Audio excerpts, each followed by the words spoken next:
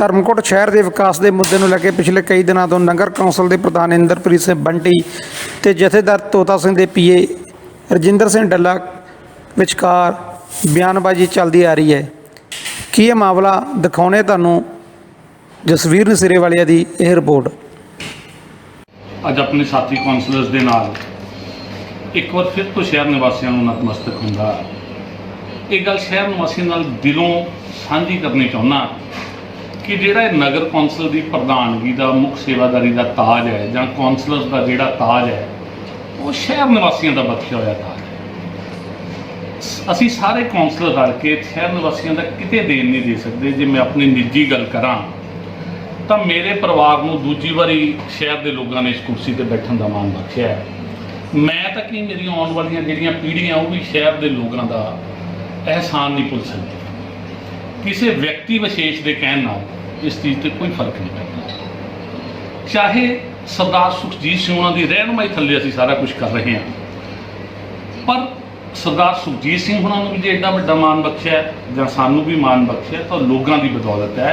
एक कुर्सी जां सेवादारी लोगों की दी हुई है। इसलिए मेरे को सत्कारयोग सज्जना ने जो गल कही है कि ये शहर निवासियों का दिता हुआ मान नहीं है, तो मैं एक गल महसूस करदा कि वो व्यक्ति जो मेरा बड़ा भरा जिहड़ा इस गल नूं कह रहा सी ते नाले कह रहा सी कि मेरियां गल्लां 'च हंकार झलकदा है। मैं ना तो उन्हां नाल बहस करनी चाहुंदा और ना ही मैं उन्हां नाल किसी गल का मुकाबला करना चाहुंदा, क्योंकि जे मैं मुकाबले की गल करां तां सियासत पक्षों भी उन्हां कोल मेरे नालों ज़्यादा तजर्बा है।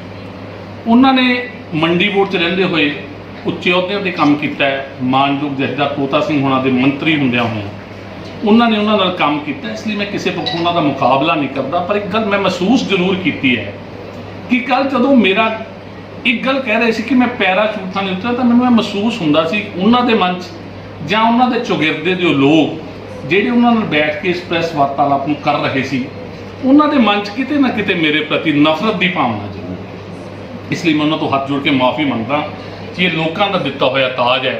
जिन्नी देर तक लोग बख्शणगे असीं लोगों की सेवा करांगे। उस तो बाद उन्होंने गल की है लोक हितां दे घाण की। एक गल मैं उन्होंने नाल साझी कर लवां कि सरदार सुखजीत सिंह हुणां ने पिछले 3 दहाके तो वो सियासत विच ने कभी भी लोक हितां दे घाण की गल नहीं की। जे लोक हितां दे घाण की गल वेखनी है तो 2013 के म्यूनसिपैलिटी के इलैक्शन देखो, जदों अकाली दल ने लोक हितां दा घाण करते हुए साडे लोगों तो वोट का हक भी खोलिया सी और धक्केशाही नाल जिस तरह उसने धर्मकोट की म्यूनसिपैलिटी बनाई सी उस तो बाद भी लोगों के हकों से जिस तरह उन्होंने आरी फेरी म्यूनसिपैलिटी की प्रेजिडेंटी रिजर्व हो गई, उन्होंने ये भी बर्दाश्त नहीं होया। 2 व्यक्ति जिहड़े म्यूनसिपल कौंसल बन के आए सी जिहड़े BC क्लास नाल रिजर्व कैटागरी नाल संबंधित सी उन्होंने प्रेशराइज करके बजाए उन्होंने जो प्रधान बनाने के प्रेशराइज करके मौजूदा प्रधान सरदार जगतार सिंह बना को एक एप्लीकेशन दवाई कि मैं काम करने की समर्था नहीं रखता। पर उस तो बाद सरदार जगतार सिंह उन्होंने नाराजगी जाहिर करते हुए डिप्टी डायरैक्टर की एप्लीकेशन दी कि सारा कुछ मेरे तो फोर्सली करवाया जा रहा है। इसलिए लोक हितां दे घाण की जो गल करा तो तुसीं मेरे नालों ज़्यादा भलीभांत जानते हो तो लोग जिहड़े कल ब्लेम ला रहे सी लोक हितां दे घाण की गल वो मेरे नालों ज़्यादा भलीभांत जानते। इसलिए गल पैराशूट वाली है, पैराशूट लई उतारन दी तो तुसीं सारे भली भात जानते हो कि पैराशूट राही धर्मकोट हल्के च कौन उतरिया तो किहने पक्की हुई फसल वड्डी। एक गल मैं तुहानूं बाकी गल्लां दी डिटेल देने तो पहलां दस दियां कि उन्हां कोले साडे नालों पक्की फसल नूं वड्ढण दा तजर्बा ज़्यादा है। वो किसी दे कीते हुए कामां ते वाह खट्टण लई साडे नालों बहुत अगे है। सत्कारयोग वीर ने अपने सहयोगियों नाल मेरा वड्डा वीर है, मैं किसी भी तरह उन्होंने मुकाबला नहीं कर सकता। मैं बार बार यह गल कह रहा और उन्होंने कही है कि उदन मेरिया गलों चो हंकार झलकदा सी तां किद्दां मैं एक गल उन्होंने तो माफ़ी मंगदा इस गल भी मैं इहो जी शब्दावली जिहड़ी किसी नूं चुभवी होवे जां मेरे मूँह चों इहो जी शब्दावली निकली होवे जिहदे नाल किसी दी आत्मा नूं जां मन नूं ठेस पहुंचे हो तो मैं समुची नगर कौंसल नूं इस लई माफ़ी मंगदा। उन्होंने गल की है वाटर ट्रीटमेंट प्लांट की, क्योंकि मैं एक गल होर तुहाडे तो माफ़ी मंग लवां कि मेरा रुतबा नहीं है, मेरा वो स्टेटस नहीं है कि मैं पूरे हल्के की गल कर सकूँ। जिन्नियां गल्लां उन्होंने हल्के के डिवेलपमेंट दियां जां हल्के के प्रोजैक्ट्स दियां कीतियां उन्हां सारियां दे जवाब भी मेरे कोले ਡਾਕੂਮੈਂਟਰੀ ਪ੍ਰੂਫ ਹੈ ਉਹਨਾਂ ਗੱਲਾਂ ਦੇ, ਪਰ ਮੇਰੀ ਕੌਨਸ਼ੀਅਸ ਲਾਅ ਨਹੀਂ ਕਰਦੀ ਕਿ ਮੈਂ ਆਪਣੇ ਬੌਸ ਤੋਂ ਪੁੱਛੇ ਬਿਨਾ, ਆਪਣੇ ਸਿਆਸੀ ਰਹਿਬਰ ਤੋਂ ਪੁੱਛੇ ਬਿਨਾ ਜਾਂ ਹਲਕੇ ਦੇ ਇੰਚਾਰਜ ਤੋਂ ਪੁੱਛੇ ਬਿਨਾ ਉਹ ਗੱਲਾਂ ਤੁਹਾਡੇ ਨਾਲ ਸਾਂਝੀਆਂ ਕਰਾਂ। ਮੈਂ ਨਗਰ ਕੌਂਸਲ ਧਰਮਕੋਟ ਦਾ ਮੁੱਖ ਸੇਵਾਦਾਰ ਹਾਂ, ਮੇਰੇ ਨਾਲ ਮੇਰੇ ਸਾਥੀ ਕੌਂਸਲਰ ਹੈ, ਇਸ ਲਈ ਉਹਨਾਂ ਨੇ ਜਿਹੜੀਆਂ ਸ਼ਹਿਰ ਦੀਆਂ ਗੱਲਾਂ ਕੀਤੀਆਂ ਉਹਦੀ ਅਸਲੀਅਤ ਮੈਂ ਤੁਹਾਡੇ ਨਾਲ ਸਾਂਝੀ ਕਰਨ ਲੱਗਾ। ਮੈਂ ਕਿਸੇ ਤੇ ਪਲਟਵਾਰ ਨਹੀਂ ਕਰਨ ਲੱਗਾ, ਮੈਂ ਕਿਸੇ ਦੀ ਸ਼ਾਨ ਦੇ ਖਿਲਾਫ ਕੁਝ ਨਹੀਂ ਕਹਿਣ ਲੱਗਾ, ਮੈਂ ਉਹਨਾਂ ਗੱਲਾਂ ਦੀ ਅਸਲੀਅਤ ਤੁਹਾਡੇ ਨਾਲ ਸਾਂਝੀ ਕਰਨ ਲੱਗਾ। ਸਤਿਕਾਰਯੋਗ ਵੀਰਾਂ ਨੇ ਗੱਲ ਕੀਤੀ ਸੀ ਵਾਟਰ ਟ੍ਰੀਟਮੈਂਟ ਪਲਾਂਟ ਦੀ ਕਿ 25 ਕਰੋੜ ਰੁਪਈਆ ਲਾ ਕੇ ਧਰਮਕੋਟ 'ਚ ਉਹਨਾਂ ਨੇ ਵਾਟਰ ਟ੍ਰੀਟਮੈਂਟ ਪਲਾਂਟ ਲਵਾਇਆ। ਇੱਕ ਗੱਲ ਉਹਨਾਂ ਨੇ ਕੱਲ ਤੁਹਾਡੇ ਨਾਲ ਸਾਂਝੀ ਕੀਤੀ ਸੀ ਕਿ ਮੇਰਾ ਪਰਿਵਾਰ 2005 ਤੋਂ 2010 ਤੱਕ ਇਸ ਕੁਰਸੀ ਤੇ ਲੋਕਾਂ ਦੀ ਬਦੌਲਤ ਰਿਹਾ। 2010 ਦੇ ਵਿੱਚ ਜਦੋਂ ਪ੍ਰਿਤਪਾਲ ਕੌਰ ਮੇਰੀ ਧਰਮ ਸੁਪਤਨੀ ਨਗਰ ਕੌਂਸਲ ਦੀ ਪ੍ਰਧਾਨ ਸੀ ਤੇ ਸਰਦਾਰ ਸੀਤਲ ਸਿੰਘ ਹੁਣੀ ਹਲਕਾ ਵਿਧਾਇਕ ਸੀ ਔਰ ਸਰਦਾਰ ਸੁਖਜੀਤ ਸਿੰਘ ਹੁਣਾਂ ਕੋਲੇ ਹਲਕੇ ਦੀ ਵਾਂਗਡੋਰ ਸੀ, ਉਦੋਂ ਵਾਟਰ ਟ੍ਰੀਟਮੈਂਟ ਪਲਾਂਟ ਹੈ ਜਿਹੜਾ ਉਹ ਪਾਸ ਹੋ ਗਿਆ ਸੀ। ਇਹ ਗੱਲ ਮੈਂ ਅਖਬਾਰੀ ਨਹੀਂ ਕਹਿੰਦਾ, ਮੇਰੇ ਕੋਲੇ ਨੋਟੀਫਿਕੇਸ਼ਨ ਦੀ ਕਾਪੀ ਹੈ। ਇਹ ਮੈਂ ਪੱਤਰਕਾਰਾਂ ਦੇ ਜ਼ਰੀਏ ਉਹਨਾਂ ਵੀਰਾਂ ਨੂੰ ਵੀ ਇਹ ਭੇਜਣੀ ਚਾਹੁੰਦਾ ਔਰ ਜੇ ਮੁਨਾਸਬ ਸਮਝਣ ਤਾਂ ਮੈਂ ਖੁਦ ਜਾ ਕੇ ਹਾਰਡ ਕਾਪੀਜ਼ ਵੀ ਉਹਨਾਂ ਨੂੰ ਦੇ ਸਕਦਾ, ਕਿਉਂਕਿ ਮੇਰੀ ਇਹਦੇ 'ਚ ਸ਼ਾਨ ਘਟਦੀ ਨਹੀਂ। ਮੈਂ ਉਹਨਾਂ ਦੇ ਮੁਖਾਤਬ ਹੋ ਕੇ ਉਹਨਾਂ ਦੇ ਚਰਨਾਂ 'ਚ ਬੈਠ ਕੇ ਇਹ ਜਿਹੜੀ ਮੇਰੇ ਕੋਲੇ ਕਾਪੀਜ਼ ਨੇ ਉਹਨਾਂ ਨੂੰ ਮੈਂ ਦੇ ਸਕਦਾ।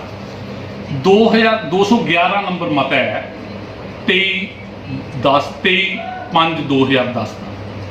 ਇਹਦੇ ਵਿੱਚ ਇਹ ਗੱਲ ਕਲੀਅਰ ਕੱਟ ਲਿਖੀ ਗਈ ਹੈ ਕਿ ਪ੍ਰਧਾਨ ਨਗਰ ਕੌਂਸਲ ਪ੍ਰਿਤਪਾਲ ਕੌਰ ਦੀ ਬੇਨਤੀ ਕਰਨ ਤੇ ਸਰਦਾਰ ਸੀਤਲ ਸਿੰਘ ਹੁਣਾਂ ਦੇ ਕਹਿਣ ਤੇ ਧਰਮਕੋਟ ਸੀਵਰੇਜ ਪਲਾਂਟ ਤੇ ਟ੍ਰੀਟਮੈਂਟ ਪਲਾਂਟ ਦਾ 18,71,000 ਰੁਪਇਆ ਪਾਸ ਹੋਇਆ।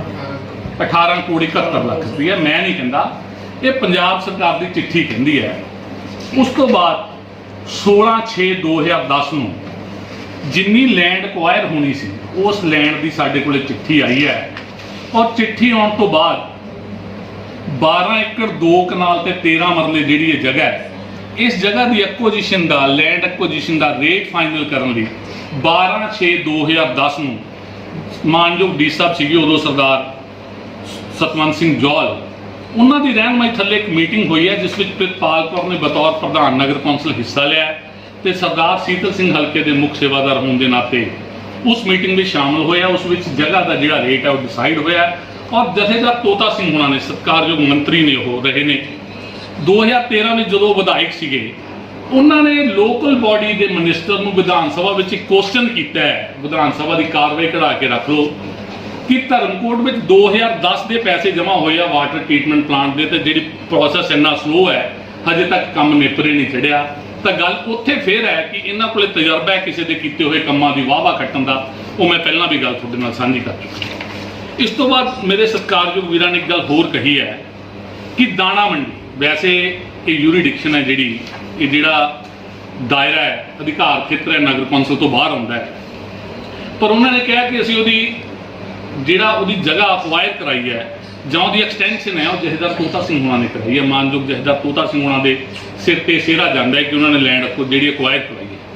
ਮੈਂ ਉਹਨਾਂ ਵੀਰਾਂ ਨੂੰ ਇੱਕ ਗੱਲ ਦੱਸਣੀ ਚਾਹੁੰਦਾ ਕਿ ਇਹ ਪੰਜਾਬ ਸਰਕਾਰ ਦਾ ਨੋਟੀਫਿਕੇਸ਼ਨ ਹੈ ਜਿਹੜਾ 21/3/2007 ਨੂੰ ਪੰਜਾਬ ਸਰਕਾਰ ਦੇ ਮੰਡੀ ਬੋਰਡ ਨੇ ਜਿਹੜੀ ਜਗ੍ਹਾ ਉਹ ਅਕਵਾਇਰ ਕਰ ਲਈ ਸੀ। ਇਹ ਨੋਟੀਫਿਕੇਸ਼ਨ ਦੀ ਕਾਪੀ ਨੰਬਰ 14/2696 MS 1648 ਨੰਬਰ ਮਤਾ ਹੈ। ਇਹ ਮਤੇ ਦੀ ਕਾਪੀ ਤੋਂ ਬਾਅਦ ਮਿਤੀ 20/3/2009 ਨੂੰ ਪੰਜਾਬ ਮੰਡੀ ਬੋਰਡ ਨੇ ਉਸ ਜਗ੍ਹਾ ਦਾ ਕਬਜ਼ਾ ਲੈ ਲਿਆ ਸੀ ਔਰ ਇਸ ਤੋਂ ਵੀ ਬਾਅਦ ਪ੍ਰਬੰਧਕ, ਜਦੋਂ ਹਜੇ ਚੇਅਰਮੈਨ ਮਾਰਕੀਟ ਕਮੇਟੀ ਦਾ ਜਥੇਦਾਰ ਉਹਨਾਂ ਨੇ ਆ ਕੇ ਬਣਾਇਆ, ਉਹਨਾਂ ਦੇ ਆਉਣ ਤੋਂ ਪਹਿਲਾਂ ਪ੍ਰਬੰਧਕ ਮਾਰਕੀਟ ਕਮੇਟੀ ਦੇ ਹੁੰਦਿਆਂ ਹੋਇਆਂ 14/10/2009 ਨੂੰ ਮੰਡੀ ਵਿੱਚ ਇੱਟਾਂ ਲੱਗਣ ਦਾ ਮਤਾ ਵੀ ਪਾਸ ਹੋ ਗਿਆ ਸੀ।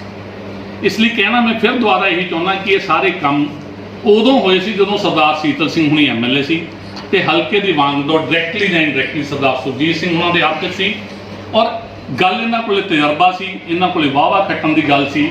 ਇਹਨਾਂ ਨੇ ਸਰਦਾਰ ਸੁਖਜੀਤ ਸਿੰਘ ਹੁਣਾਂ ਦੇ ਤੇ ਸਰਦਾਰ ਸੀਤਲ ਸਿੰਘ ਹੋਏ ਕੀਤੇ ਕੰਮਾਂ ਦੇ ਆ ਕੇ ਪੈਰਾਸ਼ੂਟਾਂ ਉੱਤਰ ਕੇ ਜਿਹੜਾ ਹੈ ਉਹਦੀ ਵਾਹਵਾ ਜ਼ਰੂਰ ਖੱਟੀ ਹੈ। ਇਸ ਲਈ ਇਹ ਦੋਨੋਂ ਕੰਮ ਜਿਹੜੇ ਉਹਨਾਂ ਨੇ ਮੇਨ ਗਿਣਾਏ ਸੀ ਇਹ ਮੈਂ ਤੁਹਾਡੇ ਜਰੀਏ ਉਹਨਾਂ ਨੂੰ ਦੱਸਣਾ ਚਾਹੁੰਦਾ ਕਿ ਇਹ ਕੰਮ ਉਹਨਾਂ ਨੇ ਨਹੀਂ ਕੀਤੇ, ਇਹ ਪੰਜਾਬ ਸਰਕਾਰ ਦੇ ਨੋਟੀਫਿਕੇਸ਼ਨ ਦੱਸਦੇ ਆ ਕਿਹਨੇ ਕੰਮ ਕੀਤੇ। ਇਸ ਤੋਂ ਬਾਅਦ ਉਹਨਾਂ ਨੇ ਗੱਲ ਕੀਤੀ ਹੈ ਆਦਰਸ਼ ਨਗਰ ਦੀ ਚੁੱਗਾ ਰੋਡ ਕਹਿ ਕੇ ਉਹਨਾਂ ਨੇ ਸੰਬੋਧਨ ਕੀਤਾ ਹੈ ਕਿ ਉੱਥੇ ਲੋਕਾਂ ਦੇ ਘਰਾਂ 'ਚ ਹੁਣ ਪਾਣੀ ਨਹੀਂ। ਡੱਲਾ ਸਾਹਿਬ ਤੁਸੀਂ ਬਹੁਤ ਸਤਿਕਾਰਯੋਗ, ਸਾਡੇ ਲੋਕਾਂ ਦੇ ਤੁਹਾਡੀ ਸ਼ਖਸੀਅਤ ਦੇ ਪ੍ਰਤੀ ਸਾਡੇ ਮਨਾਂ 'ਚ ਲਗਾਅ ਹੈ, ਸਤਿਕਾਰ ਹੈ, ਪਰ ਤੁਸੀਂ ਇੱਕ ਗੱਲ ਥੋੜ੍ਹੀ ਜਿਹੀ ਗਲਤ ਕਰ ਰਹੇ ਹੋ। ਤੁਸੀਂ ਪਹਿਲਾਂ ਦਰਸ਼ਨਗਰ ਆਪ ਜਾ ਕੇ ਦੇਖਦੇ ਕਿ ਉੱਥੇ ਪ੍ਰੋਬਲਮ ਕੀ ਹੈ। ਸਿਰਫ ਚੌਗਿਰਦੇ ਦੇ ਲੋਕਾਂ ਦੇ ਕਈ ਗੱਲ ਤੁਹਾਨੂੰ ਪ੍ਰੈਸ 'ਚ ਕਹਿਣੀ ਨਹੀਂ ਬਣਦੀ ਸੀ। ਜਿਹੜਾ ਆਦਰਸ਼ ਨਗਰ ਹੈ ਉੱਥੇ ਡਿਵੈਲਪਮੈਂਟ ਦਾ ਕੰਮ ਚੱਲ ਰਿਹਾ ਤੇ ਜਿਹੜੇ ਵੀਰ ਤੁਹਾਨੂੰ ਕਹਿੰਦੇ ਆ ਨਾ ਉੱਥੇ ਸੀਵਰੇਜ ਦਾ ਪਾਣੀ ਖੜਿਆ ਹੈ, ਇਹ ਗੱਲ ਮੈਂ ਦਾਅਵੇ ਨਾਲ ਕਹਿੰਦਾ ਕਿ ਉਹਨਾਂ ਕੋਲ ਆਪਣੀ ਗਲੀ ਨਹੀਂ ਬਣੀ ਸੀ, ਉਹਨਾਂ ਦੀ ਗਲੀ ਨਵੀਂ ਨਗਰ ਕੌਂਸਲ ਦੇ ਬਣੀ ਹੈ।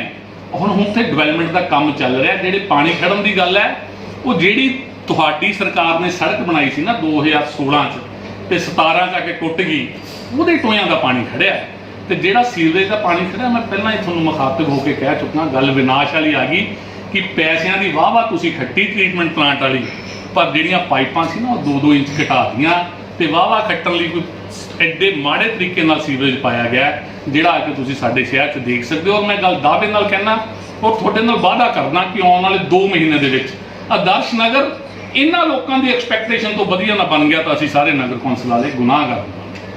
ਇਸ ਤੋਂ ਬਾਅਦ ਤੁਸੀਂ ਇੱਕ ਗੱਲ ਹੋਰ ਕਹੀ ਹੈ ਕਿ ਨਗਰ ਕੌਂਸਲ ਦਾ ਮੂਲ ਕੰਮ ਹੈ ਜਿਹੜਾ ਇਖਲਾਕਨ ਫਰਜ਼ ਹੈ, ਚਾਹੇ ਗ੍ਰਾਂਟਸ ਨਾ ਵੀ ਆਉਣ, ਉਹ ਵੀ ਸਾਨੂੰ ਗਲੀਆਂ ਨਾਲੀਆਂ ਬਣਾਉਣੀਆਂ। ਸਾਡਾ ਇਖਲਾਕਨ ਫਰਜ਼ ਹੈ ਨਗਰ ਕੌਂਸਲ ਦਾ, ਕਿਉਂਕਿ ਸਾਨੂੰ ਲੋਕਾਂ ਨੇ ਇਸ ਗੱਲ ਲਈ ਚੁਣਿਆ ਹੈ। ਪਰ ਤੁਸੀਂ ਫਿਰ ਉੱਥੇ ਥੋੜਾ ਜਿਹਾ ਝੂਠ ਬੋਲੇ। ਤੁਸੀਂ ਕਿਹਾ ਕਿ 13-14 ਕਰੋੜ ਰੁਪਈਆ ਲਾਇਆ ਨਗਰ ਕੌਂਸਲ ਨੇ। ਦੱਲਾ ਸਾਹਿਬ, ਮੇਰੇ ਕੋਲੇ ਰਿਕਾਰਡ ਹੈ ਆ ਨਗਰ ਕੌਂਸਲ ਦਾ, ਇਹਦੇ ਮੁਤਾਬਕ 904 ਲੱਖ ਰੁਪਈਆ, 9 ਕਰੋੜ ਰੁਪਈਆ ਪੂਰਾ ਆਇਆ ਉਹਨਾਂ 5 ਸਾਲਾਂ 'ਚ, ਚਾਹੇ ਉਹ ਮਿਊਨਿਸਪਲ ਫੰਡ ਦਾ ਹੈ, ਚਾਹੇ ਉਹ ਤੁਸੀਂ ਗ੍ਰਾਂਟਸ ਲੈ ਕੇ ਆਏ ਹੋ। 9 ਕਰੋੜ ਰੁਪਈਆ ਲਾਇਆ ਤੇ ਜੇ ਤੁਸੀਂ ਡਿਟੇਲ ਲੈਣੀ ਚਾਹੁੰਦੇ ਹੋ ਵੀ ਲਾਇਆ ਕਿੰਨੇ ਮਾੜੇ ਤਰੀਕੇ ਨਾਲ ਹੈ, ਤਾਂ ਉਹ ਵੀ ਮੈਂ ਗੱਲ ਪ੍ਰੈਸ ਦੇ ਜ਼ਰੀਏ ਜਾਂ ਲੋਕਾਂ 'ਚ ਬਹਿਸ ਦਾ ਵਿਸ਼ਾ ਨਹੀਂ ਬਣਾਉਣਾ ਚਾਹੁੰਦਾ। ਇਸ ਲਈ ਮੇਰੀ ਤੁਹਾਨੂੰ ਮੁਖਾਤਬ ਹੋ ਕੇ ਬੇਨਤੀ ਹੈ ਆਪਣੇ ਕੌਂਸਲਰਸ ਦੇ ਨਾਲ ਕਿ ਠੀਕ ਹੈ, ਤੁਸੀਂ ਆਪਣੇ ਕੰਮਾਂ ਦੀ ਕੀਤੀ ਹੋਈ ਸਪਸ਼ਟੀਕਰਨ ਦਿਓ, ਲੋਕਾਂ ਦੀ ਕਚਹਿਰੀ ਵਿੱਚ ਆਪਣੇ ਕੰਮ ਲੈ ਕੇ ਆਓ, ਪਰ ਕੂੜ ਨਖੱਟੇ ਨਾਲ ਓੜਕ ਸੱਚ ਰਹੀ। ਗੱਲ ਸੱਚ ਦੀ ਨਹੀਂ ਬਣੀ ਹੈ, ਘੱਟੋ ਘੱਟ ਸੱਚ ਦੱਸੋ। ਕਿਸੇ ਦੇ ਕੀਤੇ ਹੋਏ ਕੰਮਾਂ ਦੀ ਵਾਹ ਨਾ ਖੱਟੋ, ਕਿਸੇ ਦੀ ਪੱਕੀ ਹੋਈ ਫਸਲ ਨੂੰ ਵੱਢ ਕੇ ਆਪ ਉਹਦੇ ਪਹਿਰੇਦਾਰ ਨਾ ਬਣੋ। ਮੇਰੀ ਜੇ ਮੈਂ ਫਿਰ ਕੋਈ ਗੱਲ ਤੁਹਾਡੀ ਸ਼ਾਨ ਦੇ ਖਿਲਾਫ ਜਾਂ ਤੁਹਾਡੇ ਕਿਸੇ ਸੱਜਣ ਦੇ ਖਿਲਾਫ ਦੇ ਕਹਿ ਗਿਆ ਹੋਵਾਂ ਤਾਂ ਮੈਂ ਆਪ ਨਹੀਂ, ਮੈਂ ਸਮੁੱਚੀ ਨਗਰ ਕੌਂਸਲ ਵੱਲੋਂ ਹੱਥ ਜੋੜ ਕੇ ਤੁਹਾਡੇ ਤੋਂ ਮਾਫੀ ਮੰਗਦਾ। ਔਰ ਇੱਕ ਗੱਲ ਤੁਹਾਡੇ ਨਾਲ ਹੋਰ ਸਾਂਝੀ ਕਰਦਾ ਕਿ ਅਸੀਂ ਸਾਰੇ ਗੁਰੂ ਦੇ ਭਾਣੇ ਵਿੱਚ ਰਹਿ ਕੇ ਗੁਰੂ ਦਾ ਭੈ ਮੰਨਣ ਵਾਲੇ ਹਾਂ। ਹੰਕਾਰ, ਵਾਹਿਗੁਰੂ ਅੱਗੇ ਅਰਦਾਸ ਕਰਦੇ ਹਾਂ ਕਿ ਵਾਹਿਗੁਰੂ ਕਦੀ ਸਾਨੂੰ ਹੰਕਾਰ ਵਾਲੇ ਸ਼ਬਦ ਦੇ ਨੇੜੇ ਨਾ ਲੈ ਕੇ ਆਈ। ਜੇ ਕਿਤੇ ਲੱਗਦਾ ਹੈ ਸਾਡੇ ਕੋਲੋਂ ਗਲਤੀ ਹੋਈ ਤਾਂ ਅਸੀਂ ਤੁਹਾਡੇ ਸਾਰਿਆਂ ਤੋਂ ਫਿਰ ਇਸ ਗੱਲ ਦੀ ਮਾਫੀ ਮੰਗਦੇ ਹਾਂ। ਪਰ ਵਾਰ-ਵਾਰ ਬੇਨਤੀ ਤੁਹਾਨੂੰ ਇਹ ਕਰਦੇ ਹਾਂ ਕਿ ਓੜਕ ਸੱਚ ਰਹੀ ਦੀ ਗੱਲ ਚੱਲਣੀ ਹੈ। ਬਾਬੇ ਨਾਨਕ ਦੀ ਸੱਚਾਈ ਇੱਥੇ ਨਿਭਣੀ ਹੈ, ਝੂਠ ਦੇ ਬੁਲੰਦਿਆਂ ਨਾਲ ਗੱਲ ਨਹੀਂ ਨਿਭਣੀ। ਇੰਨਾ ਕੁਝ ਕਹਿੰਦਾ ਹੋਇਆ ਇੱਕ ਵਾਰ ਫਿਰ ਤੋਂ ਸਮੁੱਚੇ ਸ਼ਹਿਰ ਦਾ ਤੇ ਤੁਹਾਡਾ ਸਾਰਿਆਂ ਦਾ ਵੀ, ਜਿਨ੍ਹਾਂ ਨੇ ਉਦੋਂ ਪ੍ਰੈਸ ਕਾਨਫਰੰਸ ਕੀਤੀ ਹੈ, ਤੇ ਪੱਤਰਕਾਰ ਵੀਰਾਂ ਦਾ ਬਹੁਤ ਬਹੁਤ ਧੰਨਵਾਦ। ਵਾਹਿਗੁਰੂ ਜੀ ਕਾ ਖਾਲਸਾ, ਵਾਹਿਗੁਰੂ ਜੀ ਕੀ ਫਤਿਹ।